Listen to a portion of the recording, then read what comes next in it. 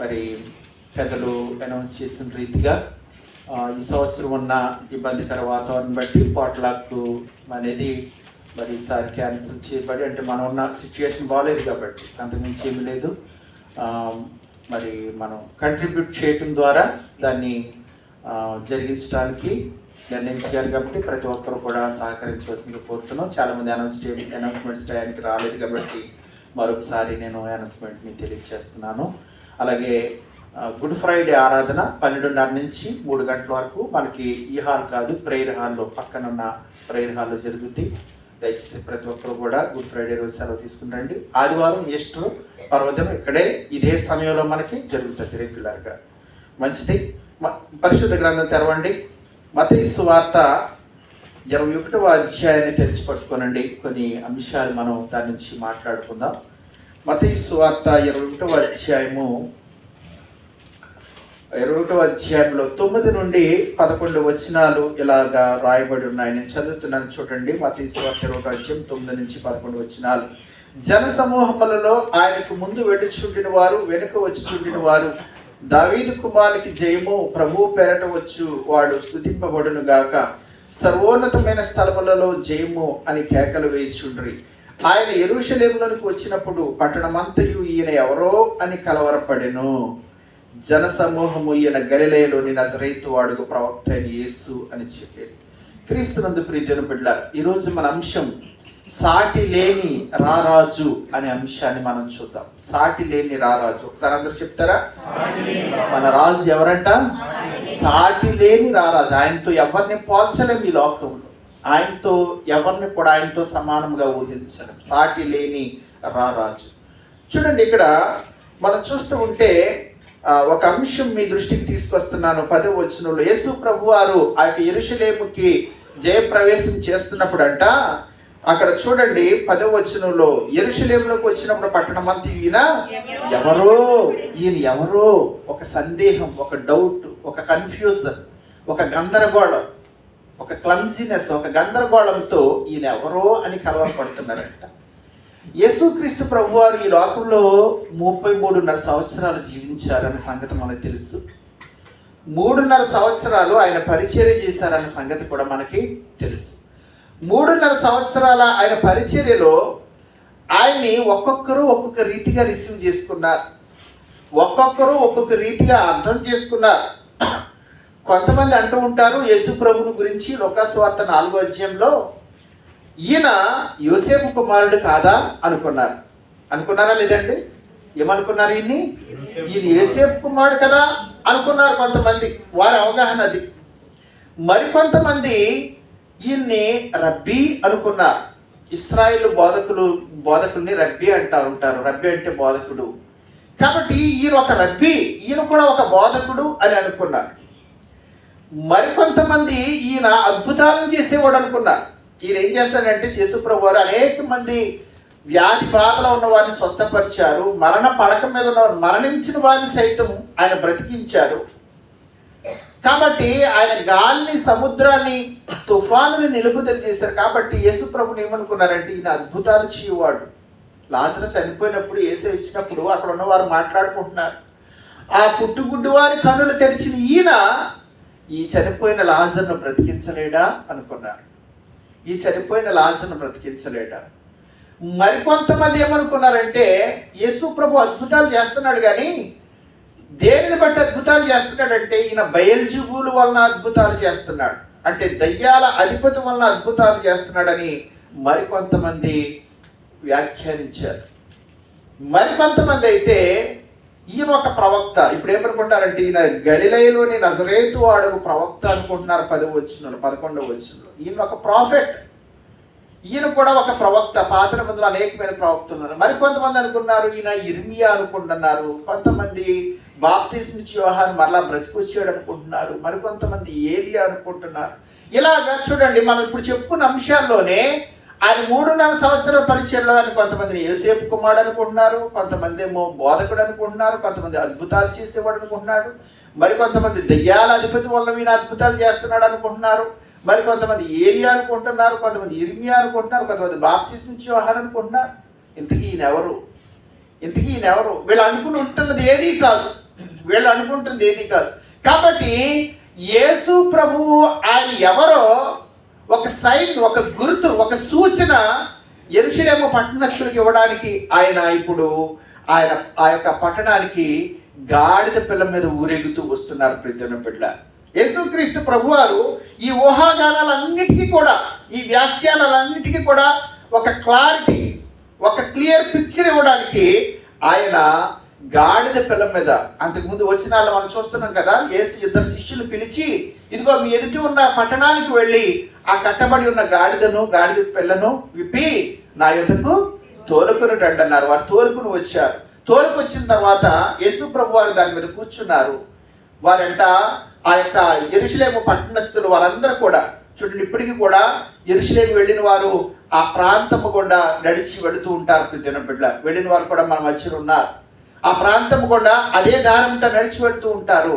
ఆ రోజున యెరూషలేము పట్టణం అంతా కూడా ఎలా ఉందంటే, నిజానికి కొంతమంది చరిత్రకారులు చెప్తున్న అంశం ఏమిటంటే, ఈరోజు తారీఖు ఎంతండి? మార్చి 29. ఈ రోజునే ఆయన యెరూషలేములో, అంటే ఇదే తారీఖున ఆయన యెరూషలేం పట్టణ వీధులు గుండా ఆయన మరి యెరూషలేంకి వెళ్ళినట్లుగా చరిత్రకారులు చెప్తున్నారు. సరే, ఈ సీజన్ ఎట్లాంటిదంటే కనుక, యెరూషలేము అంటే యూదులతో నిండిన పట్టణం, యూదులందరూ కూడా నిండిన పట్టణం.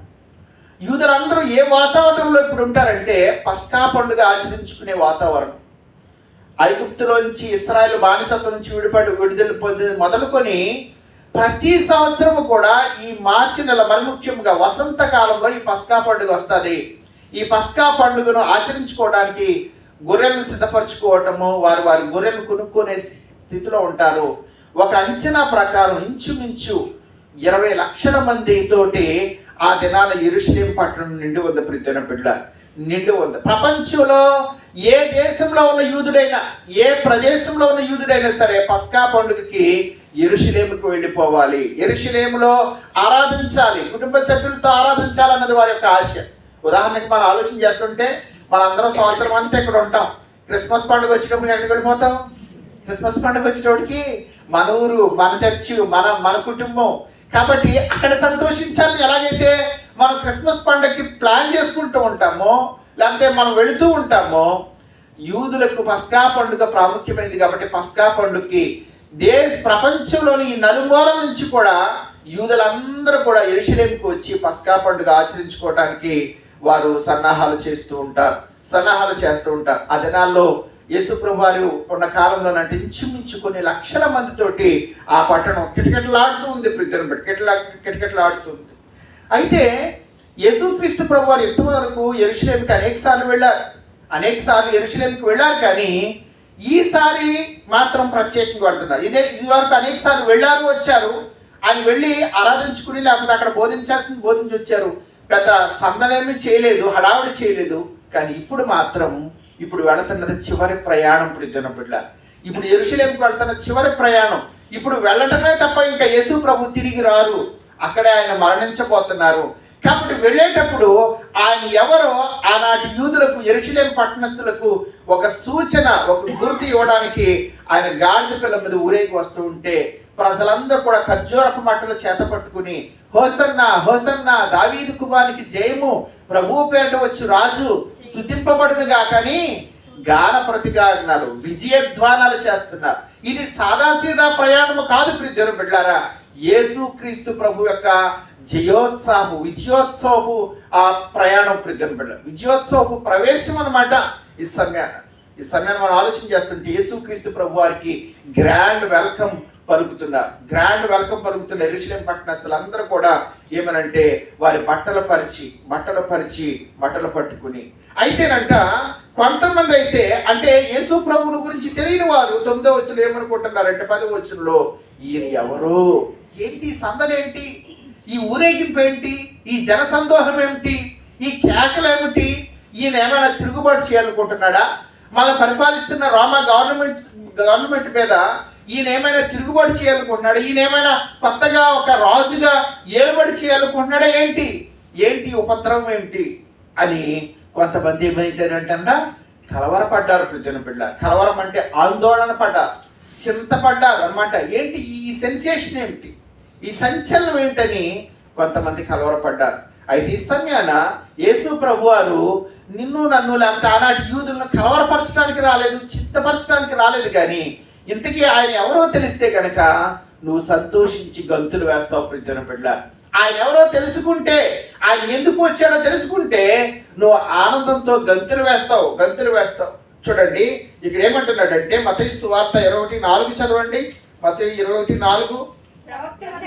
ప్రవక్త వలన చెప్పబడినది నెరవేరినట్లు ఇది జరిగెను. చూడండి, ప్రవక్త వలన చెప్పబడినది నెరవేరినట్లు ఇది జరిగిన. అదేమనగా, ఇదిగో నీ రాజు సాత్వికుడై గాడిదను భారవాహక పశువు పిల్లైన చిన్న గాడిదని ఎక్కి నీ వద్దకు వచ్చుచున్నాడు. ప్రియ దేవుని బిడ్డలారా, ఈ సమయాన ఈ మాటలు ఎవరు చెప్పారంటేనట ప్రవక్త చెప్పినట్లుగా. మత్తయి సువార్తికుడు ఎవరి కోసం తన సువార్తను రాశాడంటే ఆనాటి యూదుల కోసము సువార్త రాశాడు, యోధా ప్రజల కోసము సువార్త రాశాడు. యోధా ప్రజలకి కావలసింది ఏమిటంటే వాళ్ళకి ఎవిడెన్స్ కావాలి, వాళ్ళకి ఆధారాలు కావాలి.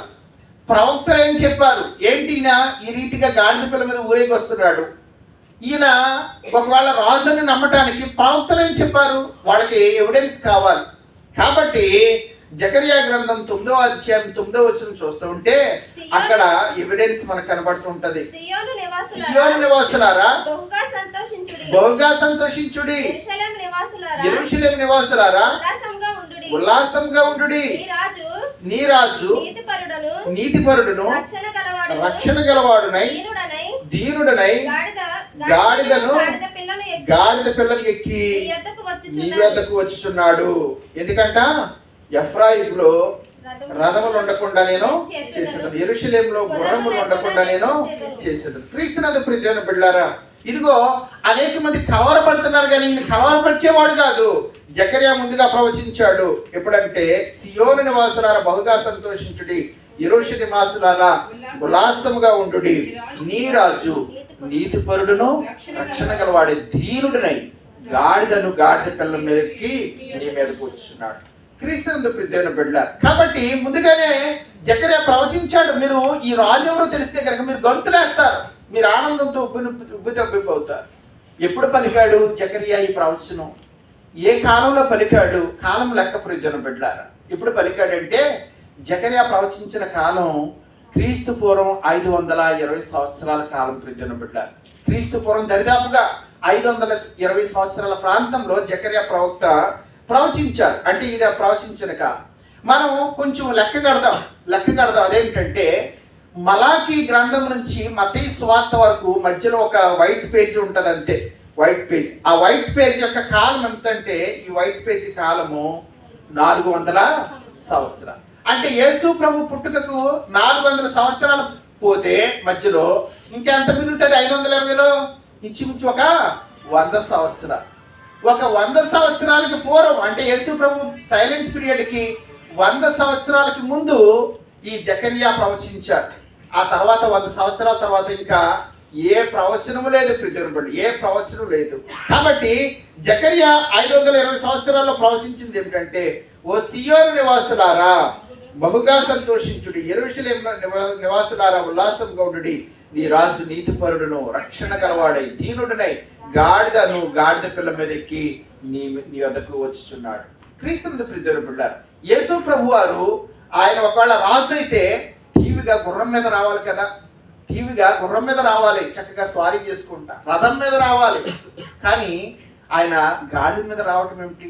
ఇప్పుడు మన ఊర్లో మీటింగ్స్ పెట్టామనుకుందామండి, ఎవరినో దైవజనుని బయట నుంచి మనం గెస్ట్ స్పీకర్గా పిలుచుకుంటూ ఉంటాం ఆ మీటింగ్స్ మనం వాతావరణం అంతా కూడా ప్రజలందరూ కిటకిటలాడుతున్నారు. ఆ మీటింగ్స్లో వర్తమానం చెప్పే స్పీకర్ గారు ఒకవేళ BMW కార్లో వచ్చాడు అనుకోండి స్టేజ్ దగ్గరికి, రిసీవింగ్ ఎలా ఉంటుంది? BMW కార్లో వస్తే కనుక అయ్యి బాబోయ్ ఈయన సూటు బూట్ వేసుకొచ్చాడు కాబట్టి చాలా టాప్ రోయ్, చాలా గట్టిగా చెప్తాడు అనుకుంటూ ఉంటారు. ఒకవేళ అంబాసిడర్ కార్లో వచ్చాడు అనుకోండి, అంబాసిడర్ గారు పర్వాలేదు మొత్తం మీద కార్లో వచ్చారు అని ఒక ఎక్స్పెక్టేషన్ ఉంటుంది. ఒకవేళ ఆయన ఆటోలో వస్తే, స్టేజ్ దగ్గరికి ఆటోలో వస్తే, ఒక మామూలు ప్యాంట్ షర్ట్ వేసుకుని వస్తే నీ ఎక్స్పెక్టేషన్ ఎలా ఉంటుంది? నీ అంచనా ఎలా ఉంటుంది అంటే వచ్చాడు ఏదో చెప్తాడు మొత్తం మీద చెప్పని అంటే వచ్చిన వాహనాన్ని బట్టి ఆయన ఏమిటో, ఆయన అంతస్తు ఏమిటో, ఆయన యొక్క జ్ఞానం ఏమిటో కొంత నువ్వు ఎక్స్పెక్ట్ చేస్తూ ఉంటావు, అంచనా వేస్తూ ఉంటావు ప్రతి బిడ్డ. ఒకవేళ ఆయన సైకిల్ వేసుకొచ్చాడు అనుకోండి, ఈయనేం చెప్తాడని లేసి వెళ్ళిపోతావు, ఈయన వెళ్ళిపోతాడు. కాబట్టి సమయాన ఆలోచన చేస్తుంటే ఈ రాజు ఒకవేళ ఈ లోకంలో అనేక మంది దేవుళ్ళు దేవతలు ఉన్నారు, వాళ్ళు గుర్రాల మీద, రథాల మీద, లేకపోతే కొంతమందికి ఏమో ఏనుగు వాహనం, కొంతమందికి ఏమో పులి వాహనం. కానీ నీ రాజు, నీ దేవుడు దేన్ని ఎంచుకున్నాడంటే, ఆయన కోరుకుంటే అసలు ఈ భూ ప్రపంచంలో ఉన్న జంతువులన్నీ ఆయన, ఏదైనా ఆయన ఇష్టమే. కానీ ఆయన ఒక గాడిద పిల్ల మీద ఎక్కి నీ వద్దకు వచ్చినాడు. ఈ సమయాన్ని మనం ఆలోచన చేస్తుంటే ఎందుకు గాడిద పిల్ల మీద వస్తున్నాడంటే, ఆయన ఎవరో చెప్పే సందేశం అది. ఒకవేళ గుర్రం మీద ఆయన వచ్చి ఉంటే కనుక గుర్రం మీద వచ్చే రాజుతోటి మాటలు లేవు ప్రిద్దన బిడ్డ. ఆయన యుద్ధం కోరుకుంటూ వస్తున్నాడు అనమాట, యుద్ధం కోరుకుని వస్తున్నాడు. కానీ గాడిద మీద వచ్చేవాడు శాంతిని కోరుతున్నాడు, సమాధానాన్ని కోరుతున్నాడు. అంతేకాదు ఇప్పుడు ఆయన గాడిద మీద రావడం ద్వారా ఒక సైన్, ఒక గుర్తుని యెరూషలేము పట్టణస్తులకు ఇవ్వాలనుకుంటున్నారు. అదేమిటంటే, ఒకసారి మీరు చరిత్రను పరిశీలించి కనుక ఒక హిస్టరీ విషయం చెప్తున్నాను. మనకి ఇశ్రాయేలును దావీదు రాజు గారు పరిపాలించారు. దావీదు రాజు 40 సంవత్సరాలు పరిపాలన చేస్తారు, అదంతా మనకు తెలుసు. దావీదు రాజు ముసలివాడు అయిపోయాడు. 40 సంవత్సరాలు అయ్యేటప్పటికి ఆయన వయసు అయిపోయింది. ముసలివాడు అయిపోయేటప్పటికి ఇప్పుడు నెక్స్ట్ దావీదు తర్వాత ఇశ్రాయేలుకి రాజు ఎవరు, ఈ డౌట్. ఎవరు రాజుగా పరిపాలన చేస్తారని మరి ఆ పరిస్థితిలో ఉన్నప్పుడు, ఒక సందేహం ఉన్నప్పుడు, దావీదు యొక్క కుమారుడైన 4వ కుమారుడైన అదోనియా ఆయన తన ఒక బృందాన్ని ఏర్పాటు చేసుకుని, ఒక కేటగిరీని ఏర్పాటు చేసుకుని వాళ్ళందరితోటి, ఇదిగో నేనే రాజును దావీదు తర్వాత, కాబట్టి మీరు అందరూ నాకు లోబడాలి, నాకు నమస్కరించాలి, నా దగ్గరికి కేసులన్నీ తీసుకురావాలని ఆయన ఒక ఏం పట్టుతున్నాడంటే ఒక ఒక ఒక గ్రూప్ని ఏర్పాటు చేసుకుంటున్నాడు, ఒక గ్రూప్ని. అయితే ఈ లోపు బెత్షెబా అలాగే మరి దావీదు దగ్గరికి మరొకరు వెళ్ళి అడుగుతున్నారు, అయ్యా నువ్వు ఇంతకు ముందు సొలొమోను రాజు నీ తర్వాత రాజు అవుతాడని మాట ఇచ్చావు కదా, మరి ఆ మాట ఏమిటి? ఇదిగో అదోనియా ఏర్పాట్లు చేసుకుంటున్నాడు కదా, అదోనియా తను రాజుగా తను ప్రజెంట్ చేసుకుంటున్నాడు కదా, దానికి మరి నీవేమంటావు, నీ యొక్క ఇష్టం ఏమిటి అన్నప్పుడు అక్కడ ఒక మాట మనం చూస్తూ ఉంటాం. రాజుల మొదటి గ్రంథం 1వ అధ్యాయము 32 నుంచి 34 వచనాలు చూడండి. రాజుల మొదటి గ్రంథం 1వ అధ్యాయము 32 నుంచి 34 వచనాలు తీసిన వారు చదవండి. మొదటి రాజులు. అప్పుడు రాజైన దావీదు యాజకుడైన సాదోకును, ప్రవక్త అయిన నాతానును, యెహోయాదా కుమారుడైన బెనయాను నా యొద్దకు పిలువమని సెలవీయగా వారు రాజు సన్నిధికి వచ్చిరి. అంతటి రాజు, మీరు మీ ఏలిన వాడవైన నా సేవకులను పిలుచుకుని పోయి నా కుమారుడైన సొలొమోనును నా కంచర గాడిద మీద ఎక్కించి గీహోనుకు తీసుకుని పోయి యాజకుడైన సాదోకును, ప్రవక్త అయిన నాతానును అక్కడ ఇశ్రాయేలు మీద రాజుగా అతనికి పట్టాభిషేకం చేసిన తర్వాత మీరేం చేయాలంటే బాకానాదం చేసి రాజైన సొలొమోను చిరంజీవి అగును గాక అని ప్రకటించి. చూడండి, ఇక్కడ ఒక విధానం ఉంది. రాజుగా పట్టాభిషేకం చేయబడటానికి ఒక విధానం ఉంది, ఒక క్రమం ఉంది. ఆ క్రమం ఏమిటంటే, దావీదు తర్వాత ఎవరు రాజు అనే ఆ కన్ఫ్యూజన్లో, ఆ గందరగోళంలో దావీదు చెప్పిన సొల్యూషన్ ఏమిటంటే, అదోనియా ఏర్పాట్లు చేసుకుంటున్నాడు. ఆయన ఏర్పాట్లు ఆయన, కాబట్టి ఎవరికి అవ్వాలని ఉంటుందో రాజుగా, చక్రవర్తిగా పరిపాలించడానికి.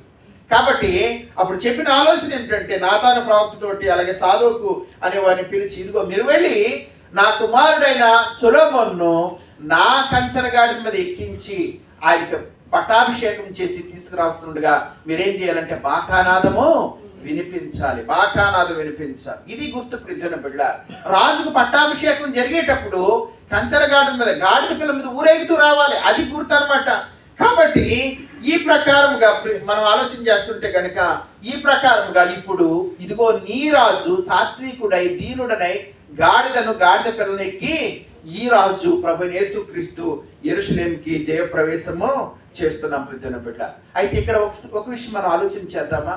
ఈయన ఎవరంటేనంట, ఈయన సాదాసీద వ్యక్తి కాదు, కానీ ఈయన రాజు ప్రియమైన బిడ్డ. ఈయన ఏ రాజు?